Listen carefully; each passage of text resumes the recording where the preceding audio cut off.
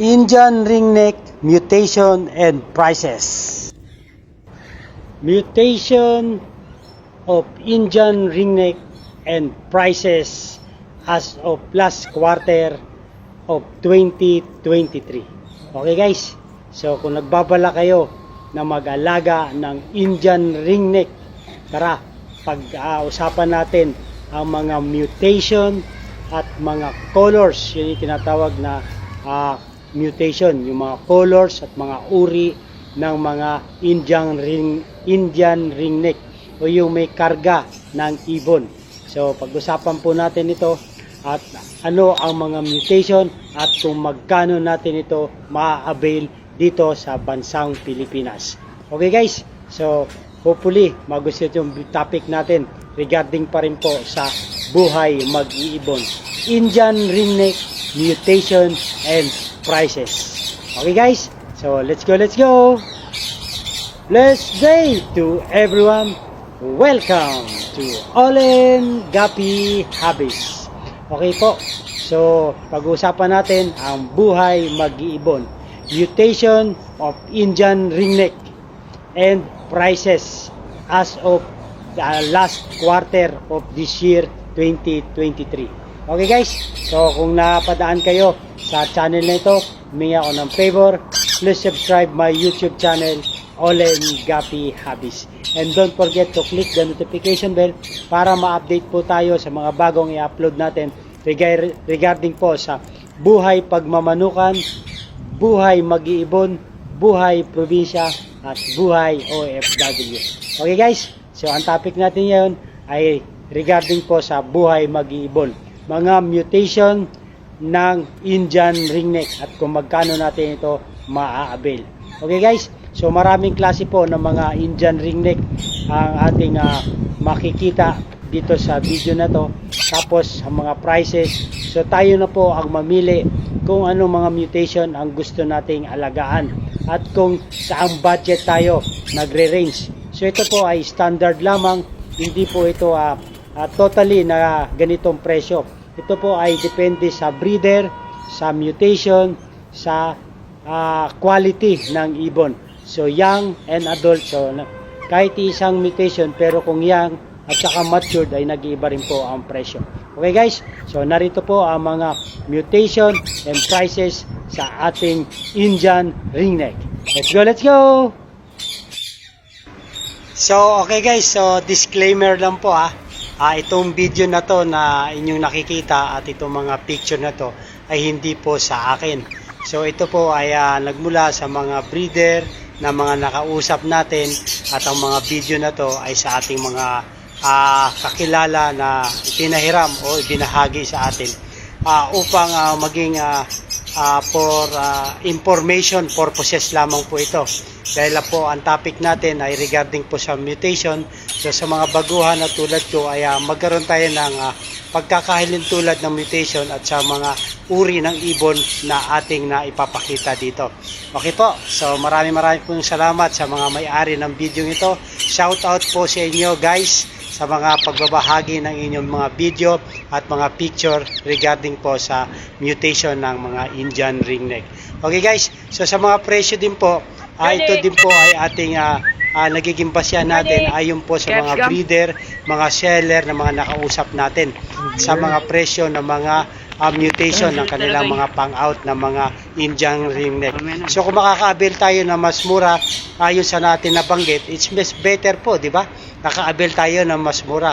So ito nga pag-uusapan lang natin ay regarding po sa ating mga napagtanungan regarding po sa ganitong mutation. Okay guys, so maraming po salamat.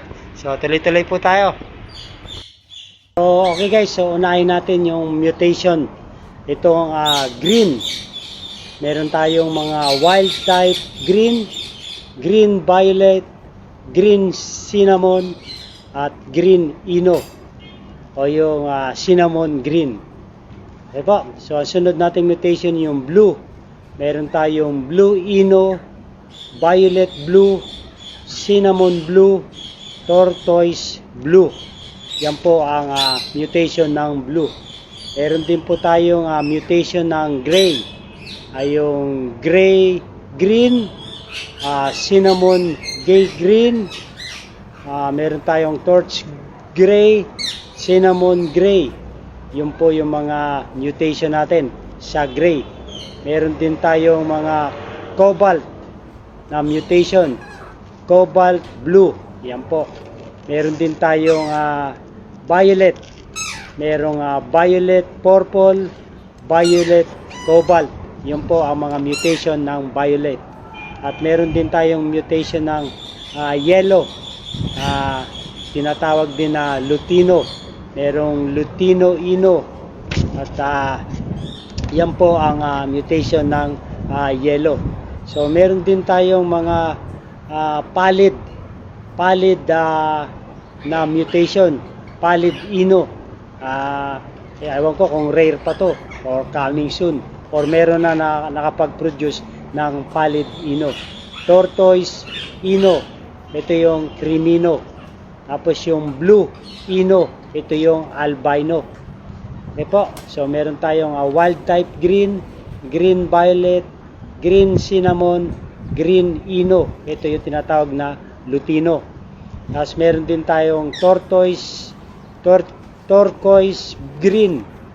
Meron tayong turquoise blue, violet turquoise at violet green. Yan po ang mga mutation ng mga violet.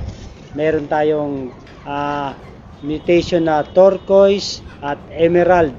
Merong yung blue male natin, lutino female, meron ding violet gray. Tapos meron pang mga turquoise, pallid turquoise. At meron pang mga high mutation. So napakarami pang mutation ang Indian ringneck.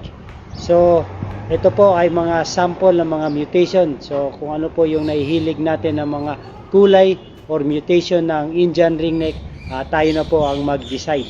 Sa mga prices range naman po, per head po, mula sa green hanggang sa high mutation ay nagre-range po ng mula 8,000 each per head.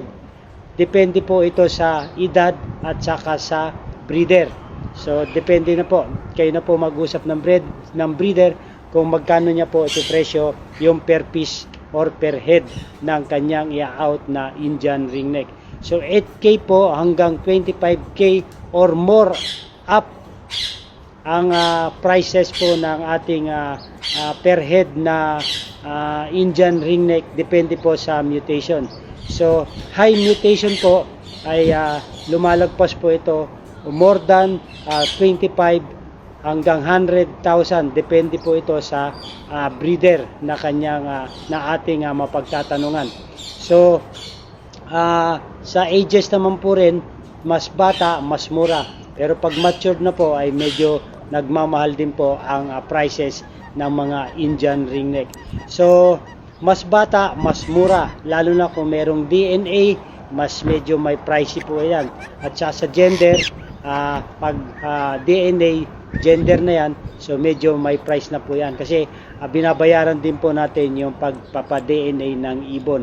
So sa mga banded pair po, sa mga banded, medyo may price na rin po yan, lalo na kung may DNA, lalo na kung may proven pair, ay ito po ay nagre-range ng 15,000 hanggang 60,000 and more.